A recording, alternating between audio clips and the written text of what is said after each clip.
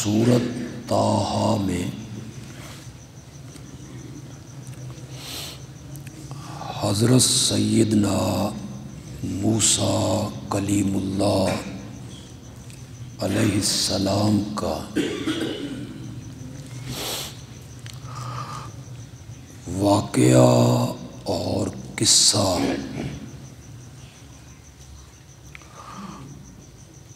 بڑی تفصیل کے ساتھ اللہ نے بیان کیا ہے۔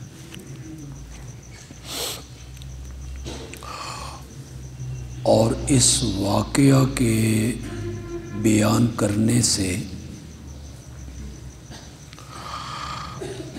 مقصد اللہ رب العزت کا نبی اکرم صلی اللہ علیہ وسلم کو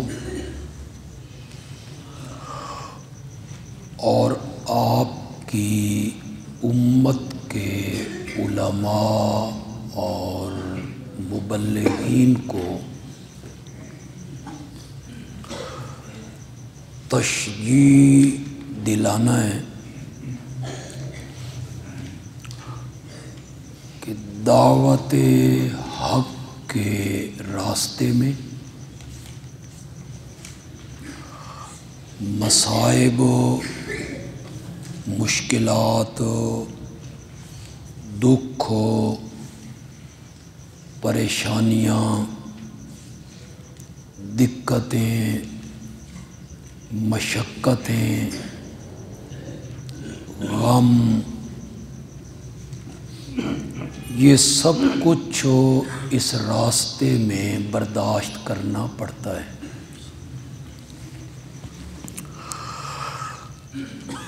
مخالفین قتل کی سازشیں کرتے ہیں، راستے سے ہٹانے کے مشورے ہوتے ہیں،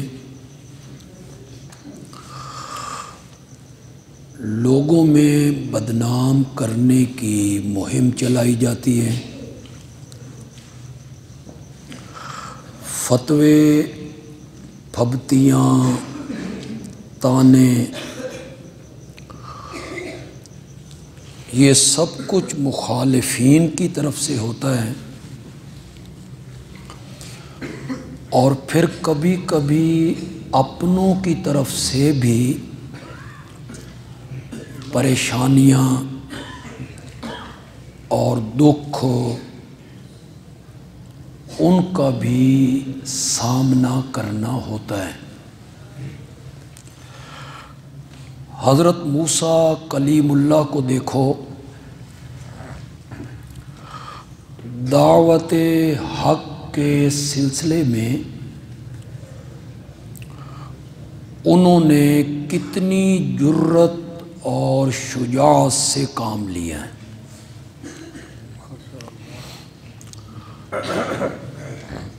جن کی طرف انہیں بھیجا گیا وہ بلا شرکت غیر حکمران ہے، بلکہ انا ربکم الاعلی کا مدعی ہے، ڈکٹیٹر ہے، آمر ہے۔ اس کے منہ سے جو نکلتا ہے وہی ملک کا قانون ہے، اس کا کوئی مخالف نہیں، حزب اختلاف نہیں، اس کے سامنے اس کے مزاج کے خلاف کوئی بات کرنے کی جرت نہیں کرتا۔ دیکھو حضرت موسیٰ علیہ السلام نے اس کے دربار میں کس طرح اعلان حق کیا تھا۔ یہ بڑا مشکل کام تھا۔ ایک منٹ کے لیے آپ تصور کریں، میں تصور کروں، جو مبلغ ہیں، داعی ہیں، ایک ایسی جگہ ہو جہاں کوئی بھی اپنا حمیتی نہ ہو، اپنی جماعت کا کوئی ایک فرد بھی نہ ہو، سب مخالف ہوں، اور مخالف بھی غربا نہ ہوں، چودھری ہوں، اس پنڈ کے سردار ہوں، جن کا ایک حکم چلے تو گردن اڑ جائے، اس پنڈ میں اور اس قصبے میں توحید کا بیان کرنا کتنا مشکل کام ہوگا۔ تصور تو ذرا کیجیے۔ اور اس فرعون کے سامنے جو بادشاہ بھی ہے، حکمران بھی ہے، انا ربکم الاعلی کا مدعی بھی ہے،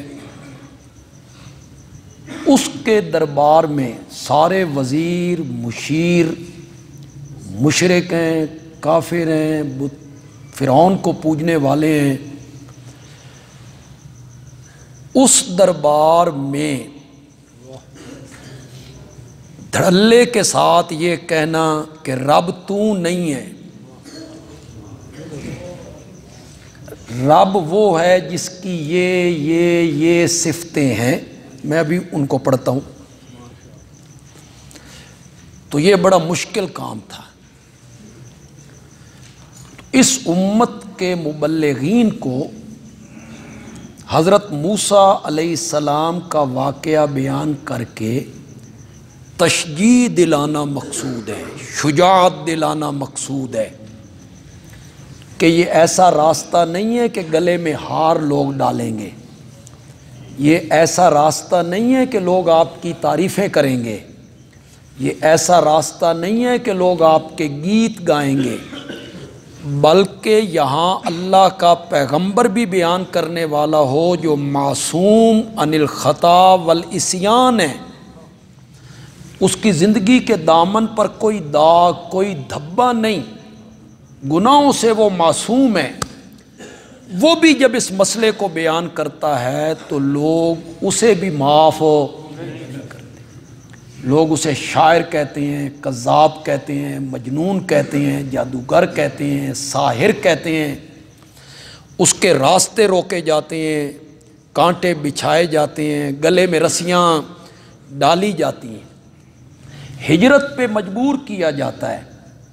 اصل اس واقعے کے بیان کرنے سے مقصد یہ ہے، اللہ نے حضرت موسیٰ علیہ السلام کو جب نبوت سے سرفراز کر دیا اور انہیں ایک معجزہ بھی عطا کر دیا، اور ان کی جو دعائیں تھیں اور درخواستیں تھیں، التجائیں تھیں، اللہ نے وہ التجائیں اور وہ درخواستیں اور وہ دعائیں بھی قبول فرما لیں۔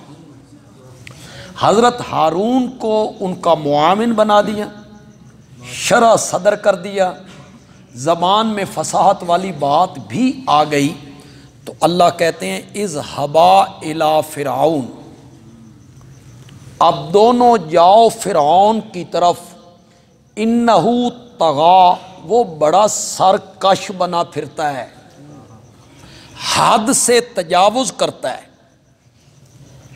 حد سے تجاوز کر رہا ہے، بڑا سرکش ہے، وہاں جاؤ،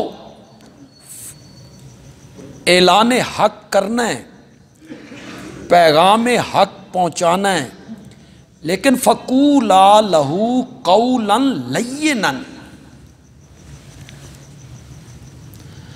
بات اس کے ساتھ نرمی سے کرنی ہے، قولا لینا، بات اس کے ساتھ نرمی سے کرنی ہے، لعلہ یتذکر، شاید کہ وہ نصیحت حاصل کر لے۔ تمہارا نرم لہجہ دیکھ کے، اخلاق دیکھ کے، اخلاق والا لہجہ دیکھ کر شاید وہ نصیحت حاصل کر لے، او یخشا، یا اس کے دل میں ڈر پیدا ہو، خوف آئے اور وہ تمہاری دعوت کو قبول ہو۔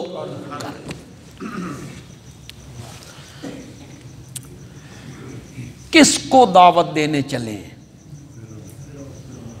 فرعون کو۔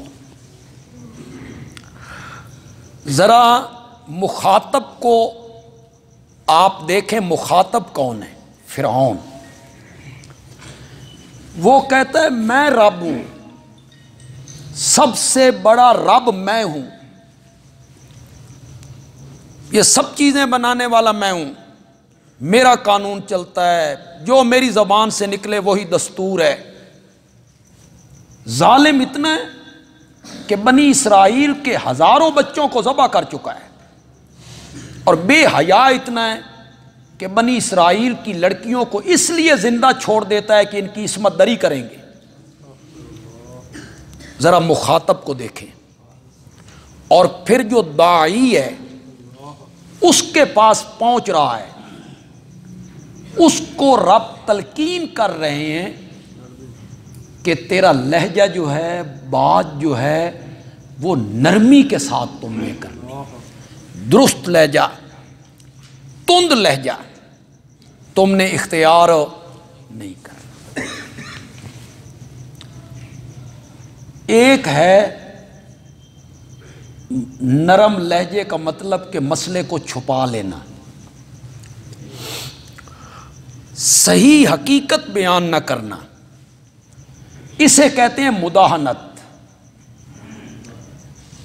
یعنی مسئلے کو چھپایا گیا اور پھر بندہ کہے جی میں نے قولاً لین پہ عمل کیا ہے، وہ بندہ یہ کہے، یا ادعو الی سبیل ربک بالحکمت، میں نے اس پہ عمل کیا ہے، حق کو چھپائے، قرآن کو چھپائے، مسئلے کو چھپائے، یہ لوگوں کو نہ بتائے کہ نظر و نیاز کے لائق کون ہے اور غیر اللہ کی نظر و نیاز حرام ہے، سجدے کے لائق اللہ ہے اور غیر اللہ کا سجدہ شرک ہے، چھپائے اس مسئلے کو، پکارے سننے والا دور و نزدیک سے صرف ہو اللہ کے سوا کوئی تمہاری غائبانہ پکار کو سننے والا نہیں، جن کو تم پکارتے ہو وہ تمہاری پکار کو سنو نہیں سکتے، اسے وہ بیان نہیں کرتا،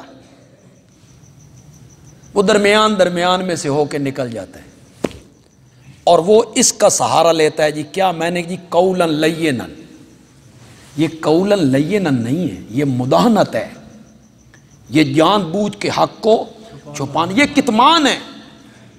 اس کے بارے میں سورۃ بقرہ میں اللہ نے فرمایا جو لوگ یہ کام کرتے ہیں، جن کو ہم نے آیتوں کتاب کی آیتیں پہنچائیں، اس کے بعد انہوں نے اس کو چھپایا، فعلیہم لعنت اللہ، ان پر کیا ہے؟ لعنت ہے اللہ کی، والملائکہ، ان پر فرشتوں کی بھی لعنت ہے۔ وہ منبر و محراب کا وارث آدمی جو حق بیان نہیں کرتا، اس پہ پردہ ڈالتا ہے، اس پر رب کی بھی لعنت، فرشتوں کی بھی لعنت، والناس، سب لوگوں کی بھی لعنت، اجمعین، سب کے سب اس پر لعنت کر رہے ہیں۔ ایک حدیث ہے، اذا ظاہرت الفتن او قال البدع، راوی کو شک ہے کہ آپ نے الفتن کا لفظ کہا یا آپ نے بدعت کا لفظ کہا۔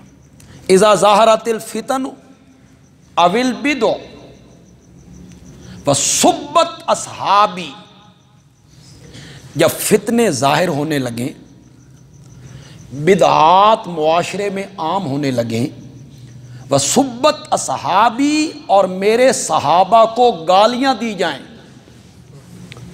جیسے اسلام آباد میں دی گئیں، جیسے کراچی کے ایک چوراہے میں دی گئی حضرت معاویہ کو رضی اللہ تعالی، فتنے ظاہر ہو جائیں، بدعات عام ہو جائیں، میرے صحابہ کو گالیاں دینے لگ جائیں، سب کریں لوگ، فَلْيُظْهِرِ الْعَالِمُ عِلْمَهُ، تو ایک عالم کو چاہیے کہ وہ اپنا علم کیا کرے؟ ظاہر کرے، وہ لوگوں کو بتائے کہ یہ اصل یہ فتنہ ہے، یہ صحیح رستہ ہے، یہ بدعت ہے، اس سے بچ جاؤ، یہ دین میں نیا کام ہے، غلط کام ہے، اس سے بچو، صحابہ کی عظمت بیان کرے، اور وہ لوگوں کو بتائے کہ میرے آقا نے فرمایا اذا رأیتم الذین یسبون اصحابی فقولوا لعنت اللہ علی شرکم، جب تم دیکھو ان لوگوں کو جو میرے صحابہ کو گالیاں نکالتے ہیں تو تم کہو لعنت اللہ علی شرکم،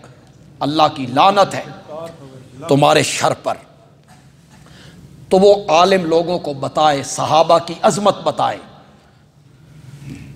فَإِن لَّمْ يَفْعَلْ، اور اگر وہ عالم ایسا نہیں کرتا، فَعَلَيْهِ لَعْنَةُ اللَّهِ وَالْمَلَائِكَةِ وَالنَّاسِ، تو ایسے عالم پر فرشتے بھی لعنت کرتے ہیں، اللہ بھی لعنت کرتا ہے، اور سب لوگ لعنت کرتے ہیں۔ قرآن بھی یہی کہہ رہا اور میرے نبی کا فرمان بھی یہی کہہ رہا۔ اور اسی سورۃ بقرہ میں دوسری جگہ پہ فرمایا کہ جو لوگ ایسا کام کرتے ہیں، حق کو چھپاتے ہیں، لا یکلمہم اللہ یوم القیامہ، اللہ انہوں نال گل ہی نہیں کرنی۔ یہاں کون سی بات ہے؟ رحمت کی بات، محبت کی بات، پیار کی بات۔ ویسے تو اللہ بات کریں گے کہ سناؤ کی کر دے رہے ہو، پیار، ولا یکلمہم اللہ، اللہ ان سے پیار، محبت، شفقت کی بات بھی نہیں کریں گے، ولا یزکیم۔ تو بڑی سخت وعیدیں اس عالم کے لیے جو علم کے ہونے کے باوجود اس پر پردہ ڈالے اور چھپائے۔ قولا لینا کا مطلب یہ ہے کہ مسئلہ تو صحیح بیان کیا جائے، اس میں کوئی اخفاء نہ ہو، بالکل واضح طور پہ بیان کیا جائے، لیکن اس کا جو لہجہ ہونا چاہیے وہ اخلاق والا ہونا چاہیے، شریفانہ ہونا چاہیے، اچھا لہجہ ہونا چاہیے۔ یہ جو حضرت موسیٰ علیہ السلام کو کہا جا رہا ہے کہ نرمی سے بات کرنی ہے، کس کو بات کرنی ہے؟ فرعون کو۔ یہاں علماء کے درمیان اختلاف ہو جاتا ہے تو وہاں جو لہجہ اختیار کیا جاتا ہے، ایک دوسرے علماء کے خلاف ہو گیا اختلاف، کسی مسئلے میں اختلاف ہو گیا، بہت سارے مسائل میں اختلاف ہو جاتا ہے، بعض اوقات وہ اختلاف کفر و اسلام کی حدوں کو چھوتا ہے، لیکن اس میں ایک دوسرے کے خلاف بدزبانی کرنا، گالی بکنا، کسی کو کتا، کسی کو خنزیر، کسی کو سور، کسی کو بے غیرت، یہ علماء کی شان نہیں ہے، یہ علماء کا وقار نہیں ہے۔ طالب علم خاص طور پہ اس بات کو نوٹ کریں، آپ اہل علم ہیں، آپ نے اس میدان میں قدم رکھنا ہے، اس کو نوٹ کریں، یہ علماء کی زبان نہیں ہے۔ علماء کی زبان یہ ہے کہ مسئلہ گرم ہونا چاہیے اور لہجہ نرم، اخلاق سے بات کرو، دلائل سے بات کرو، دلیل بڑی وزنی ہونی چاہیے، ایسی دلیل ہونی چاہیے کہ مخالف اس کا توڑ نہ کر سکے۔ آپ گالی نکال کے بات کریں گے، کوئی آپ کی بات سننے کے لیے تیار نہیں ہوگا، کوئی آپ کی بات نہیں سنے گا۔ بات تبھی سنی جائے گی آپ لہجہ اپنا کیا رکھیں گے؟ نرم رکھیں گے۔ فرعون کے متعلق جب حضرت موسیٰ کو کہا جا رہا ہے کہ اس سے بھی بات کرنی ہے تو لہجہ کیا ہونا چاہیے؟ قولا لینا لعلہ یتذکر، تاکہ وہ نصیحت حاصل کرے، یا وہ خوف اس میں آئے اور وہ تمہاری بات کو تسلیم کر لے۔ نبی اکرم صلی اللہ علیہ وسلم نے کبھی ایسا لہجہ اختیار نہیں کیا، کبھی بھی۔ وہ جو ایک دو صحابہ کے متعلق کوئی سخت لہجے کی بات ہے، وہ خاص مواقع ہیں، ہر موقع نہیں ہوتا ایسا، کسی خاص موقع پہ کوئی بات نکل گئی، ادا کر دی گئی، تو اسے آج دلیل بنا لیا جائے کہ اس نے نہیں کہا تھا فلاں صحابی نے، تو پھر ہمیں ساری زبان اس طرح کی استعمال کرنی چاہیے؟ نہیں۔ کئی علماء تو جناب ہر بات پہ سور، کتا، بے غیرت، فلاں یہودی ہے، فلاں ہندوؤں سے بڑا کافر ہے، کئیاں تے درجے بنائے نے، فلانا آدمی 46 درجے دا کافر ہے، پتہ نہیں وہ درجے کفر کے بھائی کون سے ہیں؟ سن کافر کافر ہے بھائی، اس میں 46واں درجہ کون سا ہوتا ہے، یا 70 درجے کون سے ہوتے ہیں کفر کے بھائی؟ ایک ایمان ہے اس کے مقابلے میں کفر ہے، ایک مومن ہے اس کے مقابلے میں کافر ہے۔ اس میں شدت پیدا کرنے کے لیے کبھی کہتے ہیں وہ کالا کافر ہے، پتہ نہیں چٹا کافر کیڑا ہوتا ہے، یا سرخ کافر کون سا ہوتا ہے، کوئی سرخ کافر بھی ہوتا ہے، تو وہ ذرا شدت پیدا ہوتی ہے نا۔ ویسے کافر کہنے میں شدت نہیں نہ آتی، تو پھر ذرا کالے کا لفظ کہا جائے تو اس میں تھوڑی سی شدت آ جاتی، اور بندہ خوش ہے جناب کہ میں بہت خوبصورت گفتگو کر رہا ہوں۔ سننے والے تمہارے سامنے کون ہوتے ہیں؟ مسجدوں کے مؤذن، خادم، طالب علم مدرسوں کے۔ تمہارا کوئی لہجہ کوئی پروفیسر سنے، کوئی وکیل سنے، کوئی تاجر سنے، کوئی پڑھا لکھا طبقہ سنے، وہ تو تمہیں عالم ماننے کے لیے بھی تیار نہ ہو۔ لہجہ ایسا اختیار کرو کہ ہر طبقہ اسے سنے اور آپ کے موقف کی وہ تائید کرے، آپ کے موقف کی تائید کرے۔ ہم نے اس کا فائدہ محسوس کیا۔ دیکھیں تجربہ جو ہوتا ہے نا، تجربہ زندگی کا، وہ بڑا اہم ہوتا ہے، تو ہم اس تجربے سے نکل آئے، اس عمر سے ہم نکل آئے، ورنہ پہلے میرا مزاج بھی یہی تھا۔ آپ کو بتاؤں سچی بات ہے، جب جوانی تھی اور شروع تھا تو ہمارا مزاج بھی ایسے تھا، لاؤ رگڑا۔ اس میں یہ نہیں ہے کہ مانتا ہے کوئی یا نہیں مانتا، یہ ہمارا ذہن ہی نہیں تھا، ہمارا اس طرف ذہن ہی کبھی نہیں گیا اس دور میں کہ یار اس کا کسی کو فائدہ ہوگا، کوئی مانے گا اسے، یہ ذہن نہیں تھا۔ یہ تھا بھائی کوئی مننے یا نہ مننے، رگڑا لگا، اچھی طرح رگڑا لگا۔ میری آج کچھ تقریریں میری اب بھی فیس بک پہ ایسی چڑھ جاتی جو میں نے اس دور میں کی، اور اس میں جو میں نے لہجہ اختیار کیا یا جو میں نے زبان استعمال کی، لیکن تجربے نے ثابت کیا کہ یہ صحیح نہیں تھا، اس کا فائدہ نہیں ہوا۔ جب ہم نے اپنا انداز بدلا اور دلائل سے بات کی اور محبت سے بات کی اور سامعین کے لیے اپنے دل میں شفقت کا جذبہ رکھا، خدا گواہ ہے بہت فائدہ ہوا، لوگوں کی زندگیاں بدل گئی، کئی لوگ شرک سے بچ گئے، ہمیں تو بتاتا کوئی نہیں۔ کچھ لوگ ہمیں فون کر دیتے ہیں کہ جی آپ کی سنی تھی تقریر اور ہم سارا گھرانہ ہی موعد ہو گیا، لیکن اکثر لوگ تو ہمیں پھر فون بھی نہیں کرتے۔ آپ تصور کر سکتے ہیں کوئی اہل تشیع فون کر کے مجھے کہے کہ میرا تعلق تو فقہ جعفری سے ہے، لیکن میں آپ کی تقریروں سے متاثر ہوں اور کافی حد تک نرم ہو گیا ہوں۔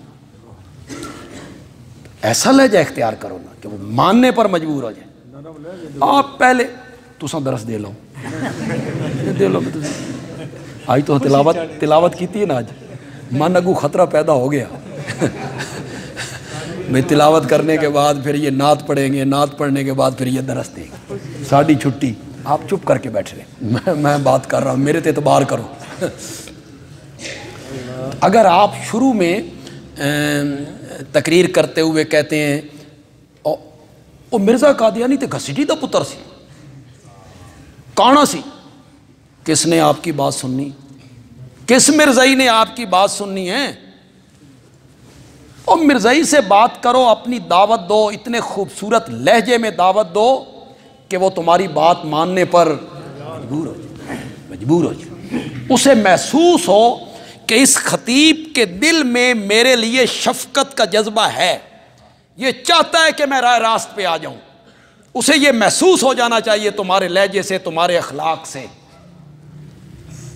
وہ میں ایک واقعہ آپ کو سناتا ہوں، بھائی سارے خطیب تقریر کرتے رہے، کانا سی، نیچے والا بٹن اوپر والے کاج میں، اوپر والا بٹن نیچے والے کاج میں لگاتا تھا، دائیں والی جوتی بائیں میں، بائیں والی جوتی دائیں میں پہنتا تھا، گڑ سے پیشاب پکاتا تھا، ڈھیلے کھایا کر، وہ تقریریں کرتے رہے۔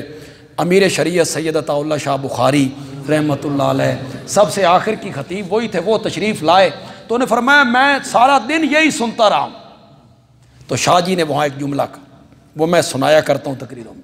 شاہ جی نے فرمایا اگر مرزا قد کا سرو ہوتا، سرو بوٹا جانتے ہیں نا آپ، بڑا قداور ہوتا ہے، اگر مرزا قد کا سرو ہوتا،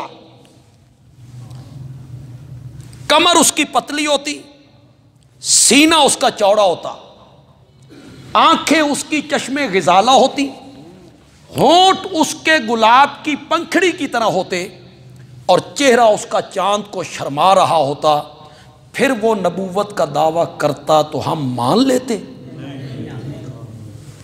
پھر یہ کیا دلیل ہوئی؟ اس میں یہ عیب تھا، اس میں یہ عیب تھا۔ پھر حضرت شاہ جی نے ایک جملہ کہا، شاہ جی نے کہا اگر نبوت کا دعویٰ کریں حضرت علی، یہ ان کی بات میں نقل کر رہا ہوں، میری بات نہیں ہے، وہ جانے اس کی حقیقت جانے، اگر نبوت کا دعویٰ کرتے حضرت علی جنہیں تلوار رب نے دی تھی، بیٹی محمد نے دی تھی، وہ بھی اگر نبوت کا دعویٰ کرتے تو ہم اسے ماننے کے لیے تیار ہو۔ اچھے لہجے میں گفتگو کریں۔ یہ ہمارے جو طالب علم ہیں، انہوں نے کل مبلغ بننا ہے، داعی بننا ہے، اس مسند پہ آنا ہے، اس طرح گفتگو کرو کہ سننے والا متاثر ہو، اور جو شرک کی راہوں پہ چلنے والے لوگ ہیں اللہ کرے وہ راہوں سے بچ کے توحید کے راستے پہ آئیں، اس کا فائدہ ہوتا ہے۔ ہمارا یہ تجربہ ہے، آپ اس تجربے سے فائدہ حاصل کر لیں۔ ہم تو اس وادی سے گزر کے آئے، تو ہم نے اپنی عمر ضائع کی اس وقت، تو آپ کی عمر تو ضائع نہ ہو نا۔ آپ ابھی سے اپنے مزاج کو درست رکھیں، دوسروں کے اکابرین کا نام اچھے طریقے سے لیا کریں۔ اس میں کیا فائدہ ہوگا؟ لوگ آپ کی تعریف کریں گے، لوگ آپ کے متعلق کہیں گے اچھا عالم ہے، شریف آدمی ہے، با اخلاق عالم ہے، کہ مخالفین کے بزرگوں کا نام بھی اچھے طریقے سے لیتا ہے، احترام سے لیتا ہے، اس میں کچھ نہیں ہوتا، اچھے طریقے سے نام لے لیے جائے۔ نام آپ بگاڑ دیں کسی کا، اس کے نام کا آپ مذاق بنائیں، اس کے نام کو آپ بگاڑیں، تو جو اس بزرگ کے ماننے والے ہیں انہیں تکلیف پہنچے گی، پھر وہ آپ کے بزرگوں کا نام بگاڑیں۔ ایک فریق مخالف کے عالم ہوئے تو کئی لوگوں نے ہم میں سے کہا وہ تو ماسٹر تھا، تو حضرت شیخ القرآن مولانا غلام اللہ خان رحمۃ اللہ علیہ شروع دور میں کسی سکول میں ٹیچر بھی رہے، جب شروع یعنی پڑھ کے آئے تو کسی سکول میں ٹیچر بھی رہے، تو انہوں نے مقابلے میں کہا ماسٹر غلام اللہ خان جی، ہمارے نزدیک تو وہ شیخ القرآن، ہمارے نزدیک تو وہ زیغم اسلام، لیکن آپ نے ان کے عالم کو ماسٹر کا طعنہ دے کر یہی کہلوانا تھا کہ وہ ہمارے استاد کو، ہمارے شیخ کو جواب میں یہ جملہ کہے ماسٹر غلام اللہ۔ تو دوسروں کے بزرگوں کا نام اچھے طریقے سے لیا کریں، نام بگاڑا نہ کریں کسی کا، نامعقول تانا بھی کسی کو نہ دیا کریں، زنانیاں دا کام ہوندہ، یہ تانے مارنے یہ مردوں کے کام ہوتے ہیں، تانے مارنے یہ عورتوں کے کام ہیں، عورتیں تانے مارتی رہتی ہیں ایک دوسرے کو، مرد بنے اور اچھے لہجے میں اخلاق کے ساتھ گفتگو کیا ہے، اس سے نرم لہجے میں بات کرنی ہے۔ قالا دونوں بولے، حضرت موسیٰ بھی اور حضرت ہارون بھی، ربنا اے ہمارے پالنہار، اننا نخاف ہو، ہمیں خوف ہے، ہم ڈرتے ہیں، ان یفرط علینا کہ وہ ہم پر زیادتی کرے، او ان یطغی یا حد سے نکل جائے، زیادتی کرے، مسئلے کے سننے سے پہلے ہی اچھل پڑے، سنے ہی نہیں، سرکشی کرے، تجھے گالیاں نکالنے لگ جائے، تیرے متعلق کوئی بکواس کرنے لگ جائے، ہم اس سے ڈرتے ہیں، اس کا دربار ہے، وہ انا ربکم الاعلی کا مدعی ہے، سنے ہی نہیں، کہے بس کرو نہیں سننا چاہتا میں تمہاری بات، اور ہم تیرا نام لیں تو تیرے متعلق کوئی گستاخی کر دے مولا ساڈی تے خیر ہے، لیکن جب وہ تیرے متعلق کوئی بکواس کرے گے تو یہ ناقابل برداشت ہو جائے گا مولا۔ اللہ نے فرمایا لا تخافا، ڈرو نہیں، اننی معکما، میں جو تمہارے ساتھ ہوں، اسمع و ارا، اسمع و ارا، میں سنوں گا، میں تمہیں دیکھوں گا، یعنی میری مدد تمہارے ساتھ ہوگی، مطلب یہ ہے میری مدد تمہارے ساتھ ہوگی، میں تمہارے ساتھ ہوں۔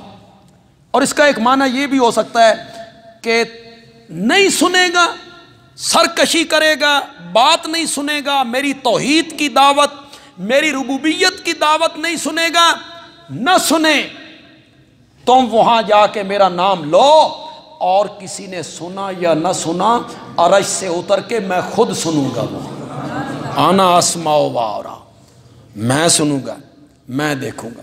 اب جاؤ اسے جا کے کہو ہم تیرے رب کے ایلچی ہیں، فرستادہ۔ اس میں کیا بات ہے قرآن کی، سبحان اللہ، یعنی دو لفظوں میں دو پیغام ہیں، دو لفظوں میں دو پیغام ہیں۔ ایک پیغام یہ ہے کہ ہم رسول ہیں، دوسرا پیغام یہ ہے کہ رب تو نہیں، رب وہ ہے جس نے ہمیں بھیجا ہے۔ دو لفظوں میں دو پیغام آ گئے، ہم تیرے رب کے ایلچی ہیں، اس کی طرف سے آئے ہیں، فارسل معنا بنی اسرائیل، تو ہماری جو قوم تو نے قید کی ہوئی ہے نا، انہیں رہائی دے، انہیں ہمارے ساتھ بھیج۔ دو دعوتیں تھیں حضرت موسیٰ کی، ایک یہ کہ رب اور الہ، وہ کون ہے؟ اللہ، الہ والی دعوت۔ کیوں؟ یہ تو میرے علم میں اب نہیں کہ کس صورت میں ہے یہ، لیکن اس کا مفہوم میں بیان کر دیتا ہوں۔ جب دعوت مکمل ہو گئی، بات آگے چلی، تو فرعون نے حامان سے کہا ایک محل بناؤ، اونچی عمارت بناؤ، میں موسیٰ دے الہ نو ویکھنا چاہنا، میں موسیٰ دے الہ نو۔ تو معلوم ہوتا ہے جھگڑا یہی تھا، الہ والا، تبھی تو وہ وہاں یہ جملہ کہہ رہا ہے کہ میں موسیٰ کے الہ کو دیکھنا چاہتا ہوں۔ تو حضرت موسیٰ کی دعوت یہ تھی کہ الہ اس کائنات کا صرف کون ہے، اور رب اس کائنات کا صرف کون ہے؟ اللہ۔ اور دوسرا ان کا مطالبہ یہ تھا کہ ہماری قوم کو تو نے غلام بنایا ہوا ہے، انہیں آزاد کر، وَلَا تُعَذِّبْهُمْ قَدْ جِئْنَاكَ بِآیَةٍ مِّن رَبِّكَ، ہم تیرے پاس تیرے رب کی نشانی بھی لے کے آئے۔ یہی نشانی، لاٹھی کا سانپ بن جانا، ہاتھ کا سفید ہو جانا، نشانیاں لے کے آئیں۔ یہ ساری بات کرتے کرتے حضرت موسیٰ علیہ السلام نے کہا انا قد اوحی الینا ان العذاب علی من کذب وتولی، میری طرف یہ بھی حکم بھیجا گیا ہے کہ عذاب اس بندے پہ اترے گا جس نے تکذیب کی اور منہ موڑا، جس نے منہ موڑا، تکذیب کی، اس پر عذاب آئے گا، ذرا یہ ذہن میں رکھنا۔ قالا، فرعون کہنے لگا فمن ربکما یا موسیٰ، تم دونوں کا رب کون ہے؟ یہ اس نے کیوں کہا؟ حضرت موسیٰ نے کہا تھا، حضرت ہارون نے کہا تھا کہ ہم تیرے رب کے کیا ہیں، اس لفظ سے اس نے کہا تیرے رب کے ایلچی ہیں، تو رب تمہارا کون ہے؟ کون ہے رب تمہارا؟ حضرت موسیٰ علیہ السلام نے رب کا تعارف کروایا۔ ایک اور جگہ پہ تو بہت زبردست تعارف کروایا،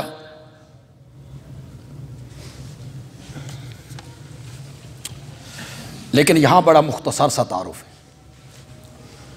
قالا، حضرت موسیٰ نے کہا ربنا الذی آتا کل شیء خلقہ، رب وہ ہے جس نے ہر چیز کو ایک مخصوص شکل دے دی، ثم ہدا، پھر اس کی رہنمائی بھی کی. پہلے اس کو صورت دی، شکل عطا کی، اسے بنایا، پھر اس کی رہنمائی بھی کی. ثم ہدا، یہ اللہ نے ہمیں بنایا تو ہمارے اعضاء کس طرح اللہ نے خوبصورتی کے ساتھ تخلیق کی. اسی طرح جانور ہیں، کیڑے مکوڑے ہیں، حشرات الارض ہیں، درندے ہیں، چرندے ہیں، پرندے ہیں. ہم نے تو چونکہ ملک مختلف ممالک نہیں دیکھے، ان میں پتہ نہیں کس قسم کے پرندے ہیں. سوشل میڈیا پہ کبھی کبھی ہم دیکھتے ہیں ان پرندوں کے جو رنگ ہیں اور ان کا جو حسن ہے، بندہ حیران ہو جاتا ہے، کتنے خوبصورت پرندے ہوتے ہیں. کبھی آپ سانپ کے ان رنگوں کو دیکھیں، اس پر نقش نگاری کی گئی ہے سانپ پر، اللہ نے جو کی ہے. تو ہر چیز کو ایک مخصوص صورت دینا. ثم ہدا، پھر اس کی رہنمائی کرنا کہ دنیا کی چیزوں سے تم نے نفع کس طرح حاصل کرنا ہے. ایک ہدایت ہوتی ہے اختیاری جو نبیوں کی طرف سے آتی ہے. اللہ اپنے نبی بھیجتے ہیں، نبی پیغام سناتے ہیں اور لوگ اس ہدایت کو اختیار کرتے ہیں. یہ بندے کے اختیار میں، چاہے وہ یہ رستہ اختیار کر لے، چاہے وہ یہ رستہ اختیار کر لے. اور ایک ہدایت ہے فطری جو ہماری فطرت میں رکھی گئی. رہنمائی ہماری فطرت میں رکھی گئی. مثلا بچے کو کس نے سکھایا کہ ماں کا دودھ کیسے چوسنا ہے؟ یہ رہنمائی اس بچے کی فطرت میں رکھ دیا گیا. ورنہ میں کہا کرتا ہوں کہ جو معلم ہوتے ہیں، مدرس ہوتے ہیں، ان میں کچھ بڑے قابل ہوتے ہیں. ہم کہتے ہیں ان میں بڑا افہام تفہیم کا ملکہ ہے، یعنی سمجھنے سمجھانے کا بڑا ملکہ ہے. وہ مشکل سے مشکل بات آسان لفظوں میں سمجھا دیتے. ہم نے بھی کئی ایسے استاد دیکھے. میرے حدیث کے استاد تھے شیخ الحدیث حضرت مولانا قاضی شمس الدین رحمت اللہ. وہ بڑی لمبی سی تقریر چند منٹوں میں کر دی. یہ جو حدیث کے یہاں طالب علم ہیں یہ سن کے حیران ہو جائیں گے. ترمذی وہ صرف 20 منٹ میں پڑھایا کرتے. 20 منٹ کیا ہوتے ہیں؟ 20 منٹ میں وہ سب کچھ پڑھا دیتے. اتنی لمبی گفتگو چند لفظوں میں وہ کہہ دیا کرتے. ہم کہتے ہیں افہام تفہیم کا بڑا مادہ ہے، سمجھنے سمجھانے کا اللہ نے اسے بڑا مادہ دیا. کچھ ٹیچر ایسے ہوتے ہیں اور کچھ ایسے ہوتے ہیں بھئی جڑا پہلے دماغ وچ مضمون ہوندا نا اس نوں بھی کڈ چھڈ، ایسا رلا ملا دیتے ہیں نا بندے نوں پتہ نہیں لگتا بھی آکھنا کی چاہتا، یہ کہنا کیا چاہتا ہے، سمجھانا کیا چاہتا ہے. ان میں افہام تفہیم کا مادہ ہی نہیں ہوتا. جو ٹیچر اور جو معلم اور مدرس پوری دنیا میں پہلے نمبر پہ آئے، اسے سمجھانے کا بڑا ملکہ ہے. تو پھر ہمارے ہاں ایک لفظ بولتے ہیں، ایک قد نو سمجھانا چاہے نا تے قد نو بھی سمجھا دے. ایسا اس کو ملکہ ہے. اس ٹیچر کو میرے پاس لاؤ، میں 3 دن کا بچہ اس کے حوالے کرتا ہوں. تو قد نو بھی سمجھا لینا نا، اس بچے نو سمجھا دودھ کنیے چوسنا، سمجھا. اس کو نہیں سمجھا سکتا. یہ کون رہنمائی کر رہا ہے؟ بچے کی رہنمائی ہو رہی. یہ جو بلی کے بچے ہیں یہ کس سکول سے پڑھے ہیں، کس درسگاہ میں پڑھے ہیں، ان کو کس نے بتایا ہے کہ تمہاری غذا فلاں جگہ پہ ہے؟ اللہ اکبر. 2 دن کا بچہ، اسے کس نے بتایا کہ تیری غذا فلاں جگہ پہ ہے؟ اور اس کو حاصل کرنے کا طریقہ یہ ہے. یہ فطری ہدایت ہے، فطری رہنمائی اللہ فطرت میں رکھ دیتے ہیں. کتیا کے بچوں کو، بلی کے بچوں کو، جانوروں کے بچوں کو، حتیٰ کہ ہم دیکھتے ہیں چھوٹے چھوٹے چوزے ہیں مرغی کے، 30 32 35 35 اس مرغی کے پیچھے بھاگ رہے ہیں، اوپر سے جو ہی چیل آئی نا تو وہ سارے چوزے مرغی کے پروں کے نیچے۔ انہیں کس نے بتایا کہ تمہاری پناہ گاہ یہاں ہے؟ یہ ہے رہنمائی، فطری رہنمائی، یعنی فطرت نے اس فطرت میں رکھ دی یہ رہنمائی۔ یا یہ بھی معنی ہو سکتا ہے کہ ہوا، پانی، آگ، سورج، چاند، رات، یہ جتنی چیزیں بنائیں ان کی رہنمائی کی۔ آگ کا کام ہے جلانا، پانی کا کام ہے بہانا، سورج کا کام ہے روشنی پھیلانا، چاند کا کام ہے ضیاء پاشی کرنا۔ ان کی پھر رہنمائی بھی کر دی، انہیں بنایا بھی، پھر ان کی کیا کر دی؟ رہنمائی کر دی۔ قالا، فرعون کہنے لگا، فما بال القرون الاولی، سیاسی تھا نا، سیاسی تھا، سیاست کھیلنا چاہتا تھا۔ وہ جو پہلے ہمارے بزرگ گزر گئے ان کے بارے میں تیرا کیا خیال ہے؟ ان کا کیا بنے گا؟ یہ کیوں کہا اس نے؟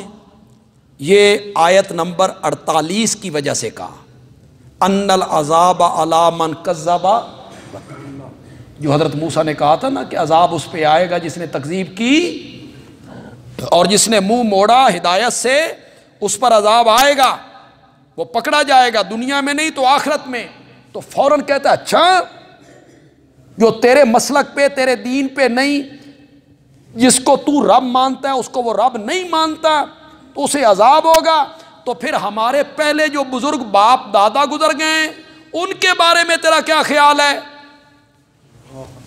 چاہتا کیا تھا؟ حضرت موسیٰ جذبات میں آئیں گے، کہیں گے وہ بھی گمراہ، وہ بھی جہنمی، وہ بھی آگ میں جلیں گے، اور میں قوم کو بھڑکاؤں گا۔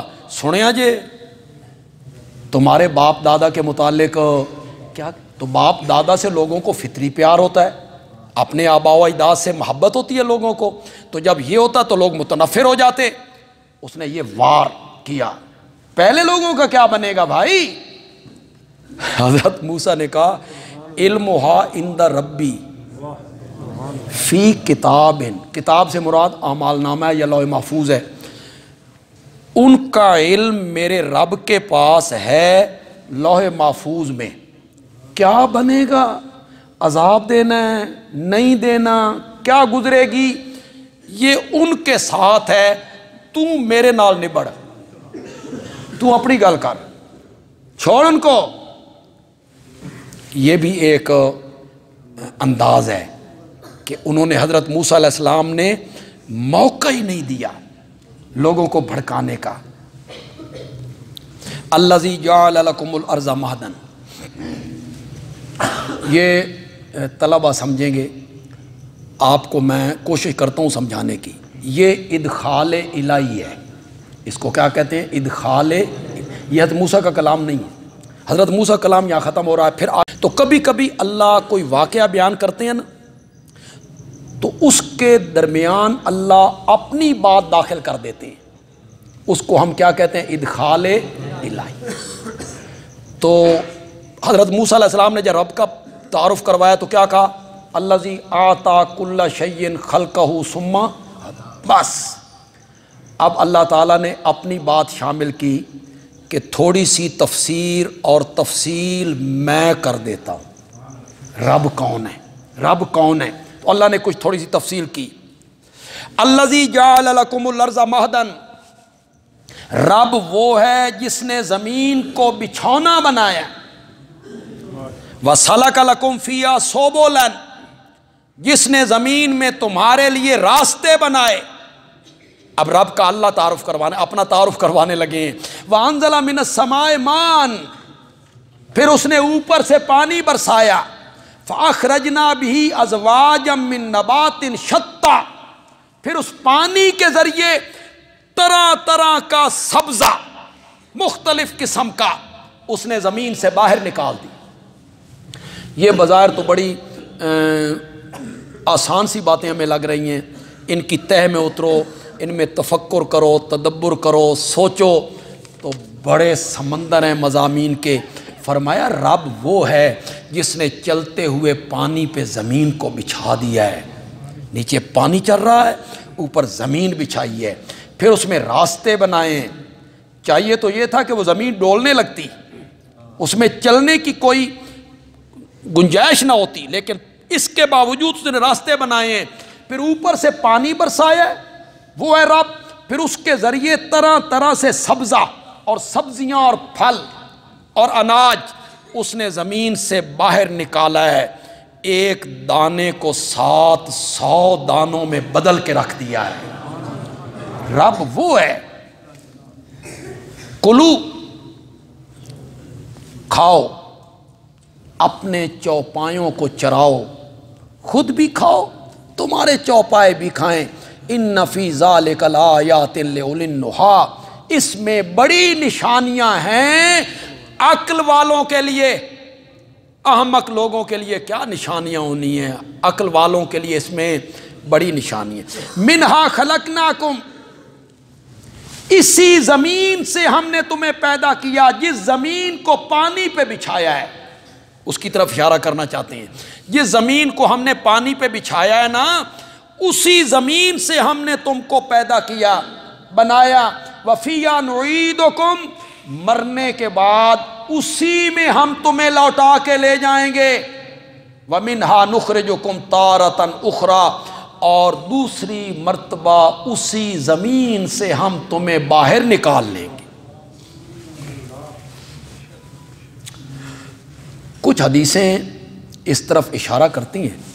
حضرت ابو ہریرہ رضی اللہ تعالیٰ عنہ سے بھی، حضرت عبداللہ ابن مسعود رضی اللہ تعالیٰ عنہ سے بھی، اگرچہ ان پر جرح ہے، یعنی وہ اتنی کوئی پائے تکمیل کو تو نہیں پہنچتی.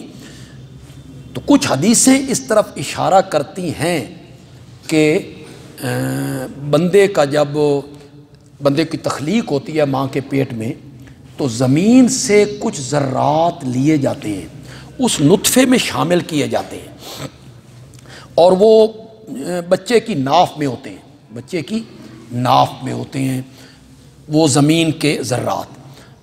تو اسی زمین سے ہم نے تم کو پیدا کیا، اسی مٹی سے. تو کچھ لوگوں نے اشکال کیا کہ ہم تو نطفے سے بنے ہیں، زمین سے تو ہم نہیں بنے، مٹی سے تو نہیں بنے، ہم تو نطفے سے بنے ہیں. تو کچھ علماء نے اس کا جواب دیا کہ مراد آدم ہے، کہ آدم کو ہم نے مٹی سے بنایا. کچھ علماء نے جواب دیا، اور وہی خوبصورت جواب ہے اور اچھا جواب ہے، کہ نطفہ بھی تو مٹی سے ہی بنتا ہے. جو غذا ہم کھاتے ہیں وہ کہاں سے حاصل ہوتی ہے؟ زمین سے. دودھ ہے تو اس کا بھی تعلق زمین سے ہے، اناج کا تعلق، پھلوں کا تعلق زمین سے ہے. وہی ہماری غذا بنی، پھر اسی کا خون بنا، پھر اسی کا مادہ حیات بنا. تو مادہ حیات جو بن رہا ہے اس کا تعلق بھی کس سے بن گیا؟ زمین سے، کیونکہ حاصل غذا وہاں سے ہوئی ہے. تو جب بچے کو تخلیق کیا جاتا ہے ماں کے پیٹ میں، تو زمین کے کسی حصے سے کچھ اجزاء اٹھائے جاتے ہیں اور اس کے پیدائش میں شامل کیا جاتا ہے ان اجزاء کو. اور جس جگہ سے وہ اجزاء اٹھائے جاتے ہیں، مرنے کے بعد وہ بندہ اسی جگہ پہ دفن ہوتا ہے، اسی جگہ پہ وہ بندہ دفن ہوتا ہے، اور پھر وہیں سے قیامت کے دن وہ اٹھایا جائے گا. کچھ اشارے حدیث کے اس طرف ہیں، اور نبی پاک کا ایک فرمان بھی کچھ مفسرین نے نقل کیا ہے. آپ نے فرمایا میں اور ابو بکر و عمر ایک مٹی سے بنائے گئے ہیں. ایک نبی پاک کا فرمان بھی کچھ علماء نے نقل کیا، میں اور ابو بکر و عمر ایک مٹی سے بنائے گئے ہیں، کہ جس مٹی سے اس کے اجزاء لیے جاتے ہیں، اس کو بنایا جاتا ہے، مرنے کے بعد اسی میں لوٹ کے جاتا ہے بندہ.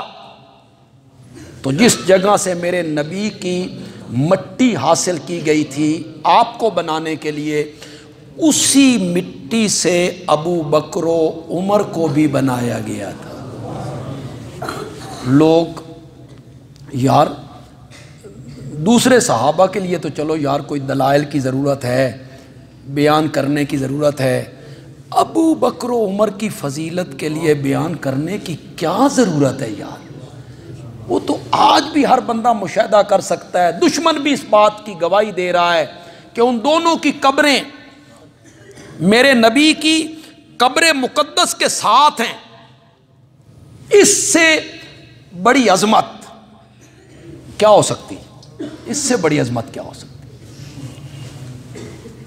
تمہارے نزدیک کربلا کی مٹی مبارک ہے،